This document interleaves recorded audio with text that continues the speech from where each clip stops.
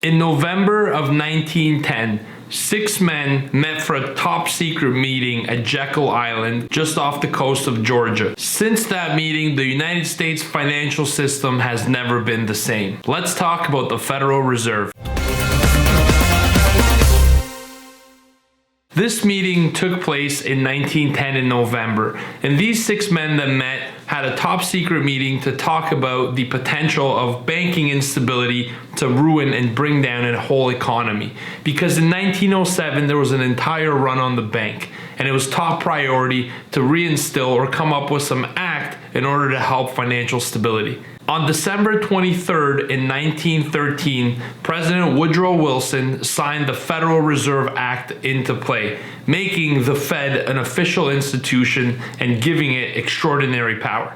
So in this video today, we're going to share with you an overview of what the Federal Reserve structure looks like and why it's so important to stock markets. And then in the next video, Victorio from TRADEPRO Academy will walk you through one of our very own trading strategies during the FOMC meeting minutes and how we trade these events live with remarkable consistency. So what is the Federal Reserve and what is their mandate? Number one, it's their job to set monetary policy. Monetary policy is essentially using interest rates to control the circulation of money in the economy. The Federal Reserve has the ability to print money electronically. There isn't no physical substance of money, it's created electronically, and for every $1 that they create and circulate into the economy, banks can lend $10 and create an additional 9. This is what is referred to as a fractional reserve banking system and what provides the leverage and at the same time the danger. The Federal Reserve also is a lender of last resort and provides liquidity in emergency situations. Like in 2007 when the US housing bubble collapsed and banks were on the brink of bankruptcy. That's when the Federal Reserve stepped in and provided stimulus or emergency relief to these institutions. It is also the Federal Reserve Bank's mandate to supervise and regulate the entire banking industry. And also they act like the personal and private banker of the United States government. So let's talk about the Federal Reserve structure. The Federal Reserve is comprised of 12 independently operated Federal Reserve banks that are scattered across the United States, most of them being concentrated in the eastern side. Let's talk about the FOMC next, or the Federal Open Market Committee. The FOMC consists of all 7 Board of Governors on the Federal Reserve. In addition to that, it includes 5 of the Federal Reserve Bank presidents across the country. 4 of them rotate on an annual basis, so they're swapped out because remember we said there are 12 Federal Reserve banks across the country. 1 Federal Reserve Bank, and that's New York, their president has a permanent seat on the FOMC panel. So there's a rotation of these members to allow a different viewpoint in addition to the 7 Board of Governors seats.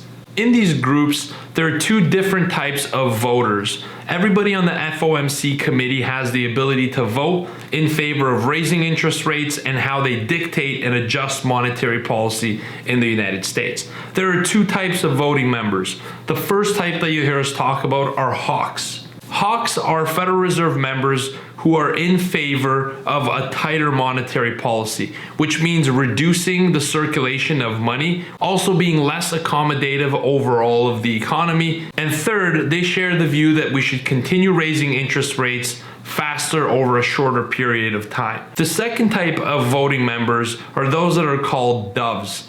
Doves are referred to voting members who feel they should provide more accommodation. In addition, doves believe that we should continue lowering interest rates and be more accommodative to the economy and overall market. The Federal Open Market Committee, FOMC, has a mandate to meet 8 times a year, and they have the ability to schedule as many meetings as they feel are necessary to adjust and to manage their monetary policy. Up until the end of 2018, the quarterly meetings were the most important. Those occurring in March, June, September, and December were the only meetings at which the Federal Reserve would actually have an opportunity to raise interest rates. The reason being is that at the end of these meetings, there was also a press conference attached where the Federal Reserve Chairman, now Jerome Powell, formerly Janet Yellen, has the ability to answer questions from the media. The quarterly press conference allowed the FOMC to make a decision and then justify themselves and explain the basis of that decision and what they're looking for, plus an economic forecast for the next 3 months, which allowed the market to absorb this information with some context. Every time they would have a hike, they would have an opportunity to explain it.